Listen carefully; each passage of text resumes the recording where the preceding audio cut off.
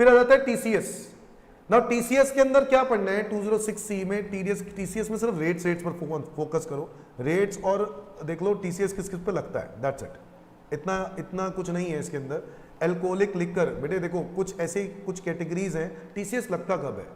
Seller buyer को जब भी गुड्स बेचेगा तो गवर्नमेंट कहता है बायर से, जो पर्सन बायर है वो ट्रेडर ही है, कल को वो भी बिजनेस ही कर रहा होगा, तो सेलर जब बायर को गुड्स बेचेगा ना तो वो बायर आगे बिजनेस कर रहा होगा, बायर भी कुछ ना कुछ गुड्स बेच रहा होगा, तो गवर्नमेंट कहता है उस buyer is responsible for paying taxes.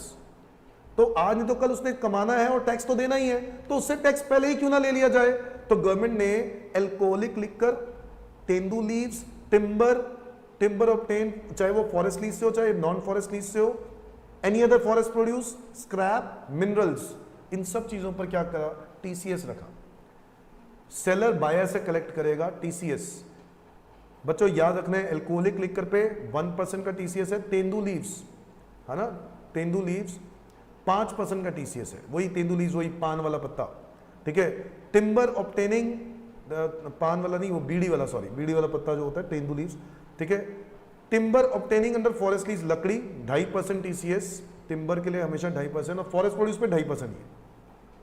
Scrap पर है 1% और मिनरल्स पर है 1%, मिनरल्स में कोल वगैरह सब। फिर है category B, parking lot, toll plaza, mining, quarrying, ऐसे सर्विसेज हो तो 2% का टीसीएस है, याद रखना है। कैटेगरी डी, मोटर व्हीकल, अगर मोटर व्हीकल की वैल्यू 10 लाख से ज्यादा है तो जो भी खरीद रहा है उससे हम लोग 10 लाख रुपए, अगर देखो वो बिजनेसमैन है, अगर वो बिजनेसमैन नहीं है, कंज्यूमर है, उसके लिए नहीं है टीसीएस, उससे नहीं लूंगा टीसीएस उससे लूंगा जो बिजनेसमैन है, तो मैं उससे टीसीएस लूंगा 10 लाख रुपए से अगर ज्यादा की वैल्यू है तो 1% का टीसीएस लगेगा। कैटेगरी ई में foreign remittance through liberalise remittance scheme of 7 lakh और मोर इन अ फाइनेंशियल ईयर, अगर आप किसी को फॉरेन रेमिटेंस करते हो 7 लाख रुपए से ज्यादा का, तो गवर्नमेंट कहता है 5% का टीसीएस लगेगा। अगर फॉरेन रेमिटेंस करते हो आउट ऑफ लोन, और लोन भी कौन सा है? Education loan. बच्चों मेरा बेटा, मान लेते हैं बेटा कनाडा चला गया है पढ़ाई करने के लिए, अब उसको पैसा चाहिए, अब वो पैसा मैं कैसे कर रहा हूँ अरेंज? मैंने एजुकेशन लोन लिया अपने बेटे के नाम पर, एजुकेशन लोन, और लोन लेने के बाद जो पैसा आया मैंने उसमें से कुछ पैसा कहाँ ट्रांसफर करवा दिया? मैंने उस अपने बेटे को ट्रांसफर करवा दिया, ठीक है, यहां से फॉरेन रेमिटेंस करा दिया। गवर्नमेंट कहता है अगर एजुकेशन लोन लेकर ये काम किया है 7 लाख रुपए या उससे ज्यादा के लिए during the year foreign remittance किया, तो 0.5% टीसीएस लेगा। टीसीएस तो लगेगा, 0.5% लगेगा। और अगर फॉरेन रेमिटेंस लोन लेकर नहीं किया है तो 5% टीसीएस लगेगा। क्या ये बात समझ में आई? ओवरसीज टूर पैकेज जो भी बेच रहे हैं, अच्छा ये कैटेगरी ई वाले ना सारे कंज्यूमर्स ही हैं, याद रखना इन सारे सिचुएशंस में कंज्यूमर्स ही हैं। कैटेगरी ई जो है इसमें सारों में कंज्यूमर्स ही हैं। तो रेमिटेंस जो है यहां पे लिखा ना, authorised dealer receives an amount or exceeding the amount given below for the remittance out of India is required to collect TCS, ठीक है। यहां पर TCS is not required to be collected if buyer is central government, state government, embassy. यहां पर businessman होना जरूरी नहीं है। टीसीएस किससे लिया जाएगा? जिस पार्टी को हम सर्विसेज दे रहे हैं, तो जिस पार्टी को हम सर्विसेज दे रहे हैं उससे टीसीएस लेंगे। तो कौन लेगा यहां पे टीसीएस? ऑथराइज्ड डीलर लेगा जो फॉरेन रेमिटेंस दे रहा है, कैटेगरी ई। और selling of overseas tour package, जो ओवरसीज टूर पैकेज बेचते हैं उनको भी बोला गया टीसीएस लेना है, कितना? 5%। किससे लेंगे? कंज्यूमर से लेंगे। तो ये सारे सेक्शन कंज्यूमर वाले। कैटेगरी एफ की बात करें तो ये वो आ गया, वो 206C1H जो मैंने बता ही दिया था पहले ही, 0.1% टीसीएस कलेक्ट करेगा। कौन? सेलर बायर से। अगर 50 लाख रुपीस से ज्यादा का अमाउंट हो तो, और 50 लाख से ऊपर वाले अमाउंट पे टीसीएस कटेगा, कलेक्ट करेंगे। बट ये तब लगेगा जब या तो देखो सेलर वाला सेक्शन लग रहा हो या बायर वाला, कोई एक लगेगा। और कोई एक लगेगा तो कौन सा वाला लगेगा? बायर वाला लगेगा, यानी टीडीएस लगेगा 194Q। Is that clear everyone? क्या ये बात समझ में आई? तो टीसीएस के अंदर ना आपको इतना ही जानने की जरूरत है, मेन दैट्स इट, ठीक है दोस्तों। टीसीएस के अंदर ये रेट्स और ये सब चीजें आपको जानने की जरूरत थी। एडवांस टैक्स की बात करते हैं। द लायबिलिटी, देखो एडवांस टैक्स में ना आपको क्या इंपॉर्टेंट है जानने वाला, वो है ये इंस्टॉलमेंट्स। आप एडवांस टैक्स की इंस्टॉलमेंट्स याद कर लो कि भाई एडवांस टैक्स कब देना होता है। पहले तो सबसे पहले एलिजिबिलिटी, एडवांस टैक्स कब देना होता है ऐसे केस में एडवांस टैक्स देने की जिम्मेदारी तब आती है जब किसी पर्सन का टैक्स 10,000 या उससे ज्यादा बन रहा हो तो उसको एडवांस टैक्स देना होता है। कितना? 10,000 रुपए या उससे ज्यादा। कभी भी किसी इंसान की 10,000 रुपए से ज्यादा की लायबिलिटी बन रही है ना तो उसको एडवांस टैक्स देना होता है। ठीक है सर, कोई दिक्कत नहीं है। सर ये टैक्स एस्टिमेट करना होता है? हाँ जी हाँ, उसको एस्टिमेट करना होता है। अगर उसको लगता है कि उसका टैक्स 10,000 से कम है तो उसको एडवांस टैक्स देने की जरूरत नहीं है, और अगर उसको लगता है 10,000 से ज्यादा बनता है उसका टैक्स तो उसको एडवांस में टैक्स देने की जरूरत है। सर कैसे देना है टैक्स? बेटा ये देखो, अगर आप कहो कि कैसे देना है तो अगर मान लो मेरा 20,000 का टैक्स है साल भर में, मैंने एस्टिमेट किया, तो मुझे 15 जून तक 15% तक जमा कराना है। यानी 20,000 का 15% हो गया 3,000 रुपए, वो जमा करवाने। 15 सितंबर तक मुझे 45% तक का एडवांस टैक्स जमा कराना है, 15 दिसंबर तक मुझे 75% तक का एडवांस टैक्स जमा कराना है, और 15 मार्च तक मुझे बैलेंस अप टू 100% तक का जमा करवाना है। क्या ये बात समझ में आती है? क्या ये बात समझ में आती है? फिर इसके अलावा सीनियर सिटीजन को बेनिफिट दिए गए हैं। सीनियर सिटीजन को बेनिफिट दिए गए हैं। गवर्नमेंट ने बोला इनको एडवांस टैक्स देने की जरूरत नहीं है अगर इनकी एज 60 ईयर्स और मोर है और उनकी इनकम पीजीबीपी के अलावा कोई और इनकम है। अगर पीजीबीपी इनकम है तो एडवांस टैक्स लगेगा, पीजीबीपी के अलावा कोई और इनकम है तो माफ है इनके लिए, सीनियर सिटीजन के लिए इनको एडवांस टैक्स देने की जरूरत नहीं है। इनको सेल्फ असेसमेंट टैक्स देना है। सेल्फ असेसमेंट मतलब आईटीआर के वक्त टैक्स पे करना है। क्या ये बात समझ में आती है? सो इनकम, अपनी करंट ईयर की इनकम एस्टिमेट करेंगे, अपना एडवांस टैक्स एस्टिमेट करेंगे और उसके बेसिस पर ये लोग अपनी इनकम पे टैक्स जमा करवा देंगे। क्या ये बात क्लियर होगी?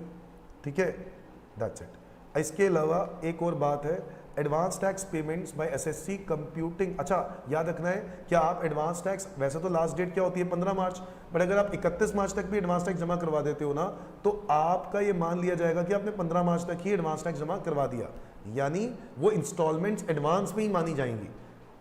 इंटरेस्ट जो लगेगा वो लगेगा, बट इंस्टॉलमेंट्स एडवांस मानी जाएंगी, वो इंस्टॉलमेंट एडवांस टैक्स ही माना जाएगा। मतलब वो ये नहीं है कि सेल्फ असेसमेंट टैक्स है, क्योंकि वो फाइनेंशियल ईयर के अंदर अंदर ही दे रहे हो आप। Advance tax payment by SSC computing profits on presumptive basis. बच्चों याद है 44 एडी और एडीए, ये जो दो सेक्शंस पढ़े थे हम लोगों ने, है ना, ये प्रिजम्पटिव इनकम्स वालों को गवर्नमेंट ने बोल दिया कि इनको ना सीधा 15 मार्च को डायरेक्ट ही 100% एडवांस टैक्स देना है। 15 मार्च को इनको इंस्टॉलमेंट्स में टैक्स देने की जरूरत नहीं है, सीधा 15 मार्च को जमा करवाएं। Is that clear? ये बात है प्रिजम्पटिव वालों को। फिर इसके बाद आ जाती है इंटरेस्ट की कहानी। बच्चों एडवांस टैक्स की क्रेडिट की बात हो रही है 219 में। क्रेडिट का मतलब वही है कि पहले पे कर दिया तो रिटर्न के वक्त वो शो कर देंगे कि हाँ इतना अमाउंट हम ऑलरेडी दे चुके।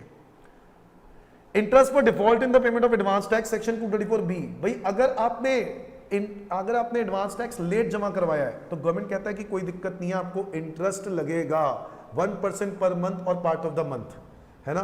कब से लगना स्टार्ट होगा? ये लगेगा 1 अप्रैल से इंटरेस्ट लगना स्टार्ट होगा। कौन से वाला? Section 234B। 1 अप्रैल 1 से, असेसमेंट ईयर अप्रैल 1 से, ठीक है।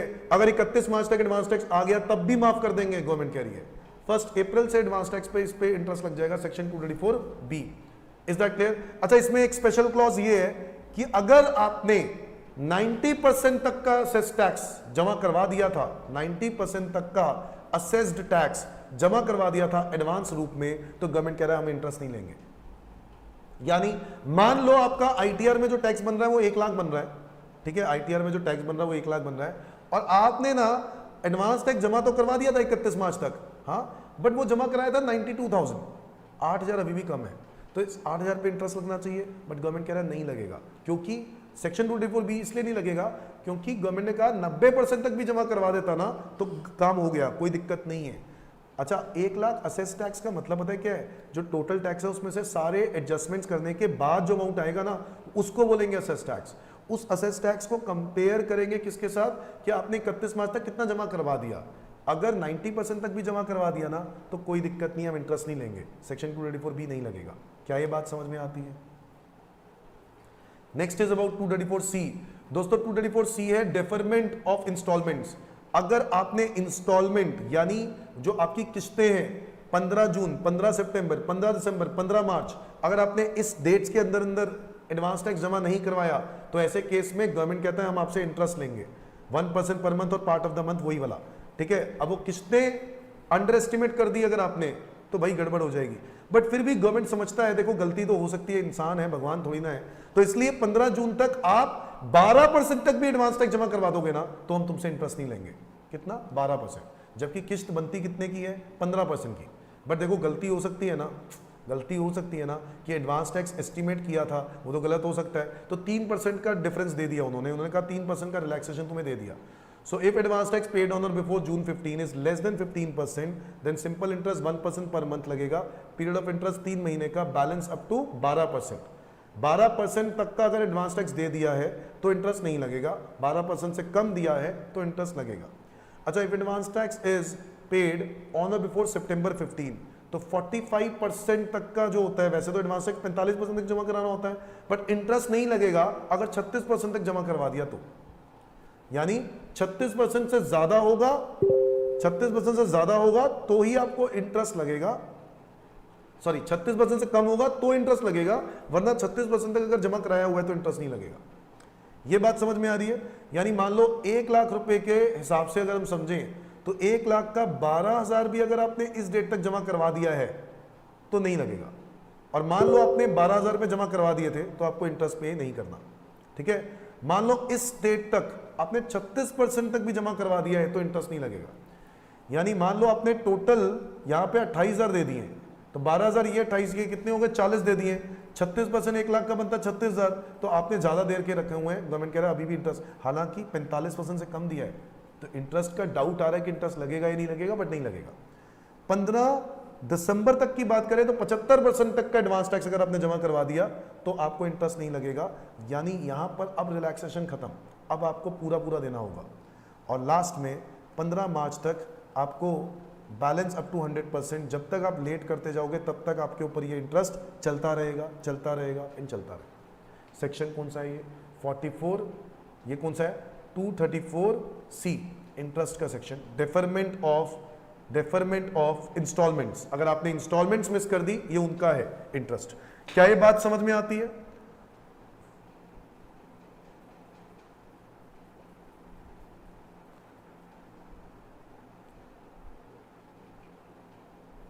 ठीक है, अब इसके अंदर नॉन एप्लीकेबिलिटी ऑफ इंटरेस्ट, इसके ऊपर भी एक पॉइंट आ सकता है। सेक्शन 234C कब एप्लीकेबल नहीं होता?